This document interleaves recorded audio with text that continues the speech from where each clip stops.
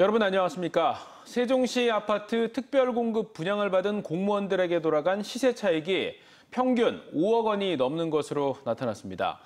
경실련이 오늘 조사 결과를 발표했는데 특히 지난 3년간 폭등세가 가장 심각했습니다. 공무원 특혜로 변질된 세종시의 아파트값 폭등세가 인근 대전의 집값도 끌어올린 것으로 조사됐습니다. 조혜영 기자입니다. 공직자 417명이 분양받은 세종시 천마을 1단지와 3단지는 2010년 호당 평균 2억 7천만 원에 공급됐습니다. 2017년 3억 7천만 원으로 올랐고 지난 5월엔 8억 8천만 원을 기록했습니다. 앞서 7년간 1억 원가량 오른 데 비해 현 정부 들어 5억 원이 오른 겁니다. 지난 2014년 평균 3억 9천만 원에 분양한 세종시 새뜸마을 14단지. 공직자 109명이 분양받았는데 최근 시세는 14억 3천만 원으로 분양가보다 10억 원 넘게 올랐습니다. 경실련이 세종시 특별공급 아파트 2만 6천여 세대를 전수조사한 결과 분양가 대비 집값이 평균 2.6배, 5억 1천만 원씩 올랐는데 현 정부 들어 급격히 상승했습니다. 실제로 세종시 천마을 아파트는 이명박 박근혜 정부 때 시세 상승률이 각각 11%와 27%에 그쳤지만 현 정부에선 132% 급등했습니다. 경실련은 개발이익 환수장치가 마련되지 않은 상황에서 정부 여당이 내놓은 설익은 세종시 개발 정책들이 세종 집값을 폭등시키고 공무원들에게 불로소득만 안겨줬다고 지적했습니다. 특히 지난해 7월 여당의 국회 청와대 세종시 이전 발표를 폭등의 결정적 요인으로 꼽았지만 정작 국회 세종의사당조차 난관을 맞고 있습니다. 균형 발전을 포장해가지고 또다시 세종시 집값까지 끌어올리는 정책을 어떻게 보면 무책임하게 발언하면서 결과적으로 세종시 집값까지 끌어올리고 서울시 집값도 지금 여전히 오르고 있는 상황이라는 겁니다. 세종의 집값 폭등세가 인근 대전의 집값까지 끌어올렸다는 분석도 나왔습니다. 지난해 7월 당시 김태년 민주당 원내대표의 국회 청와대 세종 이전 발표 이후 대전 아파트 값은 평균 2억 7천만 원에서 3억 7천만 원으로 1년 새 37%나 올랐습니다. 그래서 여당 대표의 한마디가 세종시 아파트값뿐만 아니라 인근의 대전시 아파트값까지 영향을 주면서 집값을 폭등시켰다라는 것을 저희가 조사를 통해 확인할 수 있었습니다. 경실련은 세종시뿐 아니라 혁신도시 등 모든 특별공급 폐지와 함께 특별공급받은 공무원들의 실거주, 다주택, 전매 여부 등에 대한 전수조사를 촉구했습니다. TJB 조혜원입니다. 관세청사나 관세평가분리원 유령청사 건립과 세종시 아파트 특별공급 논란 등을 살펴보고 있는 경찰이 최근 해당 기관 사무실을 압수수색하고 관련 공무원을 입건했습니다. 대형경찰청 반부패 경제범죄수사대는 관평원 청사 신축 관련 업무를 맡았던 관세청과 관평원 공무원 등 3명을 직권남용과 허위 공문서 작성 등의 혐의로 불구속 입건했습니다. 이들은 세종시 이전 대상이 아닌 관평원 청사를 세종시에 신축하는 과정에서 다른 직원에게 부당한 지시를 내려 행정 절차를 진행하거나 공문서를 꾸민 혐의를 받고 있습니다. 경찰은 관평원 소속 특공 입주자들에 대해서도 위법 행위 여부를 살펴보고 있습니다. 예년보다 늦게 시작된 지각장마의 움직임이 심상치 않습니다. 장마 시작 첫날부터 80mm 가까운 많은 비를 쏟아내며 올해도 혹시나 작년의 악몽이 재현되지 않을까 걱정이 커지고 있습니다. 김철진 기자입니다. 흙과 바위가 쓸려 내려오고 산에서 쏟아지는 빗물까지 더해지며 도로는 아수라장이 됐습니다. 지난해 여름 밤사이 내린 비로 토사가 무너져 인근 아파트와 교회를 덮친 대전 중구의 한 동네입니다. 1년이 지난 지금 유실됐던 도로와 계단은 어느 정도 복구가 완성된 상태입니다. 하지만 현장 곳곳에서는 지난해의 피해 흔적들을 찾아볼 수가 있었습니다. 배수시설과 울타리 등을 보완했지만 군데군데 남아있는 흙더미들이 다시 쓸려오진 않을지 주민들은 걱정이 앞섭니다. 비 오기 전에 완벽하게 좀 마무리했으면 좋겠는데 중간중간에 아직 공사 마무리 안 된 것 같은데 저런 데도 좀 나무 같은 거나 풀 같은 거 자라는 것들로 해가지고 무너지지 않도록 마무리해두는데 그런 것 좀 하고. 기습폭우로 28세대가 잠기고 차량 78대가 침수됐던 대전 정림동 코스모스 아파트 역시 물막이 시설까지 설치했지만 불안감은 여전합니다. 지난 주말 시작된 장마 첫날부터 전국적으로 많은 비가 쏟아지며 또다시 지난해 비 피해가 반복되는 것 아니냐는 우려가 나옵니다. 대전시와 충남도는 지난 주말까지 하수도 준설 작업과 함께 하천 정비와 상습 침수 지역에 대한 정비를 마쳤습니다. 하지만 올 장마가 늦게 시작했지만 처음부터 많은 비를 쏟아낼 것으로 보여 사전 예방 중요성은 더욱 강조되고 있습니다. 특히 기상 전문가들은 낮보다 밤에 비가 집중되는 장마 특성상 미리 준비하고 대비해야 한다고 말합니다.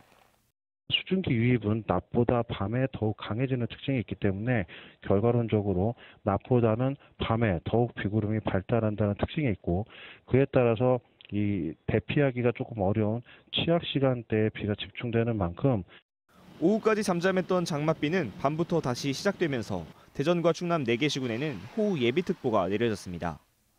남부지방에 위치한 정체전선이 오르내리면서 충남권에 9일까지 영향을 주겠으나 강수가 집중되는 시간은 오늘 저녁부터 내일 아침 사이와 모레 오후부터 글피 아침 사이가 되겠고, 특히 충청 남부 지역에는 시간당 30mm의 강한 비가 예고돼 최대 100mm의 비를 쏟을 것으로 보여 비 피해에 각별한 대비가 필요하겠습니다. TJB 김철진입니다. 지난해 8월 금산 등 용담댐 하류 홍수 피해는 수자원공사의 댐 운영 미흡과 홍수 방어 기준의 한계, 지자체 하청 관리 부족 등 복합적인 원인으로 발생했다는 조사 결과가 나왔습니다. 댐 하류 수해 원인 조사 협의회 발표에 따르면 지난해 홍수 피해는 기후변동 등 다양한 여건이 변화했지만 국가가 과거의 홍수관리법과 제도를 그대로 운영한 때문으로 지적됐습니다. 하지만 주요 원인이 무엇인지 정확히 명시되지 않아서 주민들의 피해 보상에 난항이 예상되고 금산군 등 피해 지역 주민들은 불명확한 결론에 강하게 반발하고 있습니다. 한국수자원학회 등은 2주 뒤 최종 조사 결과를 내놓을 예정입니다.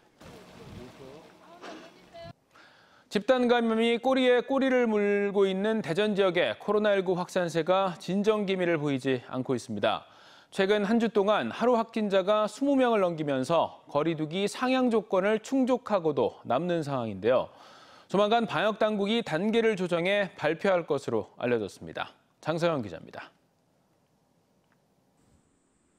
지난달 30일 1학년 학생이 서울에서 확진된 것을 시작으로 교내 집단 감염이 발생한 대전 최고.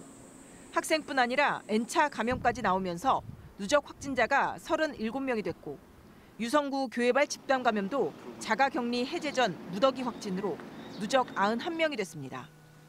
특히 지난 4월 공무원 확진으로 2주간 폐쇄됐던 대전시청사가 석 달여 만에 또다시 폐쇄됐습니다. 대전 상수도 사업본부에 근무하는 공무원이 지난 2일 확진됐는데 인사이동과 관련해 시청 내 3개 층을 방문한 겁니다. 3개 층 10개 과에는 188명이 근무 중으로 모두 진단검사에 들어갔으며 확진자가 나온 상수도 사업본부는 2주 동안 폐쇄됐습니다. 이처럼 지역에서 집단 감염이 꼬리에 꼬리를 물며 최근 일주일 동안 171명이 양성 판정을 받았습니다. 하루 평균 24.4명꼴인데 대전시가 결국 거리두기 단계 상향에 대한 검토에 들어갔습니다. 새 거리두기 지침상 일주일간 10만 명당 1명 이상 확진자가 나오면 2단계인데 140만 명인 대전 인구를 감안하면 이미 조건을 충족했습니다. 현재 8명까지만 사적 모임 허용인데 2단계에 들어가면 소상공인 영업시간 제한까지 시행되기 때문에 방역당국은 신중하게 검토를 한 뒤 단계를 조정할 것으로 보입니다. 거리두기는 그대로 1단계로 가되 그 영업시간을 좀 제한을 좀 하려고 생각하고 있습니다. 그 시간을 언제까지 할지는 아마 5개 구하고 다시 협의를 해서 확정을 할 거고요.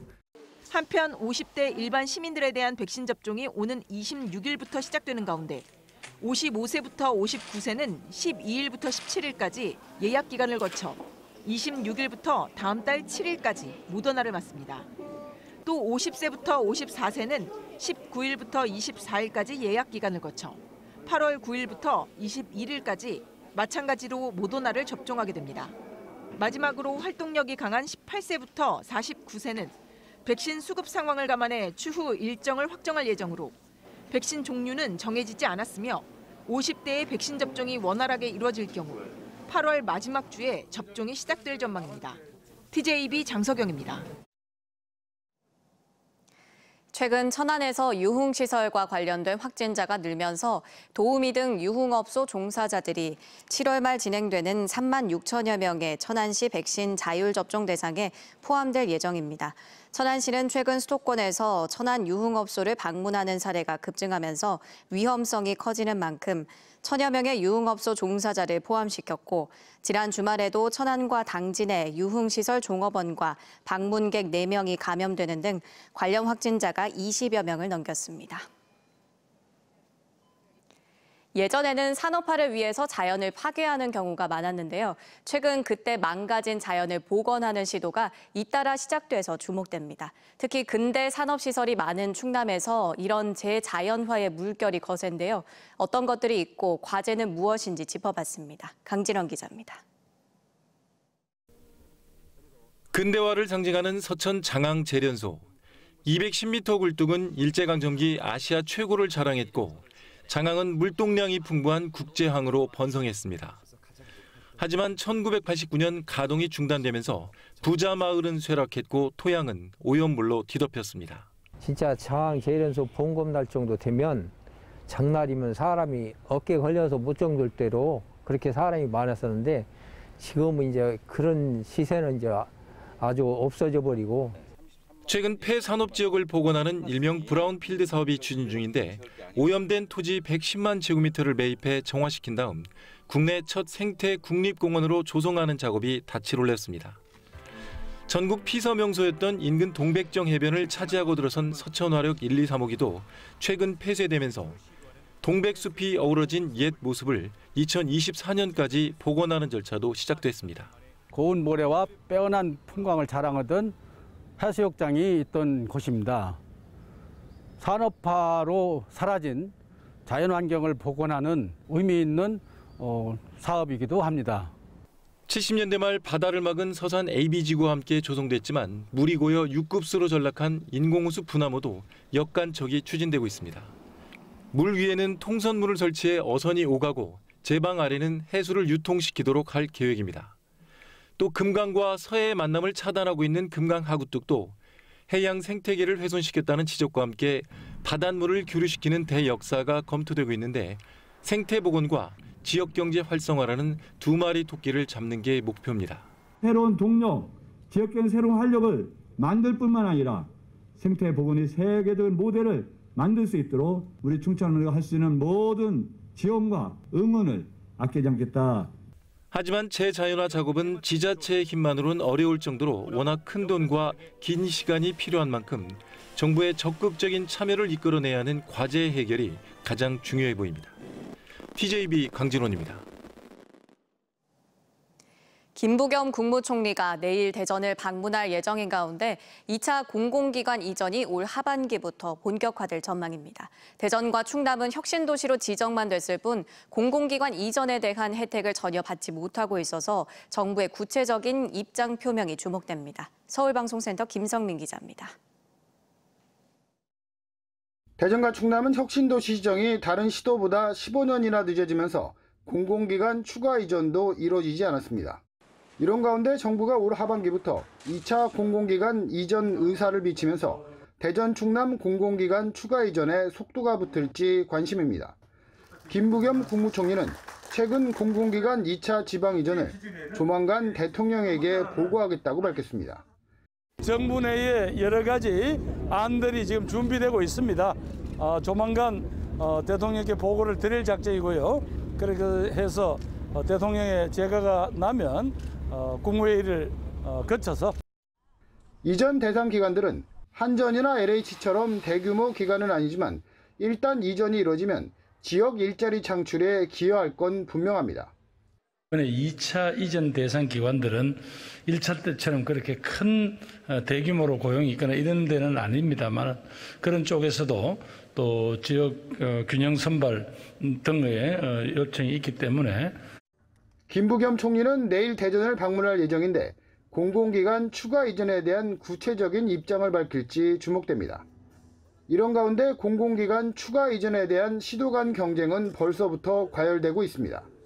대전은 과학기술 관련 기관과 철도, 충남은 환경과 에너지 관련 기관 유치를 희망하고 있는데 에너지기술평가원 등 상당수 기관이 영호남 유치 희망 기관과 겹칩니다.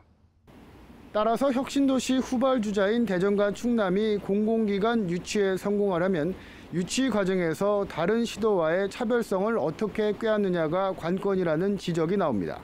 지역의 정치력도 도마 위에 오를 전망입니다. TJB 김성민입니다. 대전시가 K바이오 랩허브 1차 대상지 선정평가에 통과해 오는 9일 최종 발표를 앞두게 됐습니다.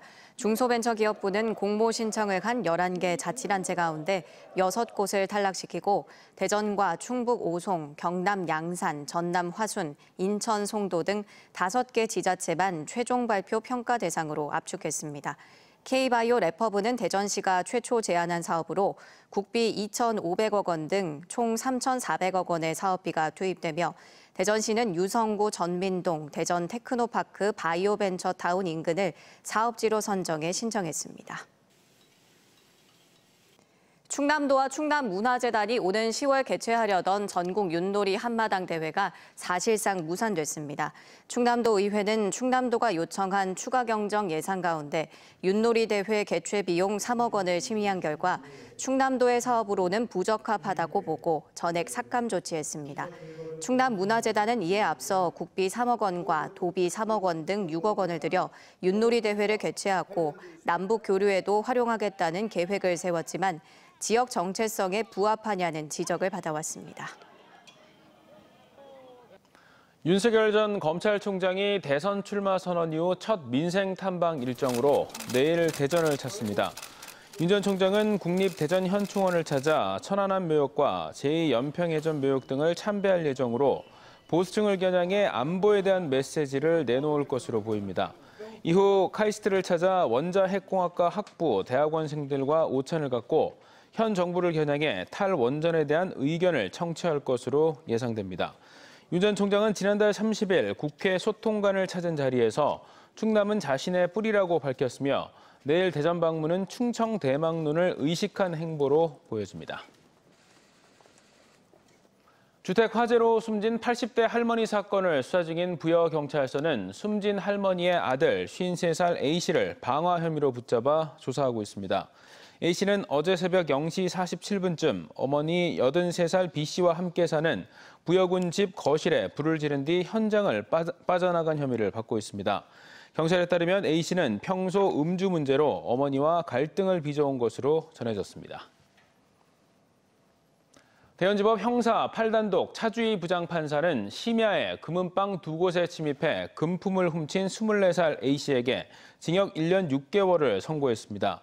A씨는 지난 4월 새벽 대전 서구의 한 금은방에 침입해 370만 원 상당의 시계 13개를 털어 달아났고 이틀 뒤 새벽에는 유성구의 다른 금은방을 같은 방식으로 침입해 100만 원 상당의 금반지 4개를 훔친 것으로 조사됐습니다.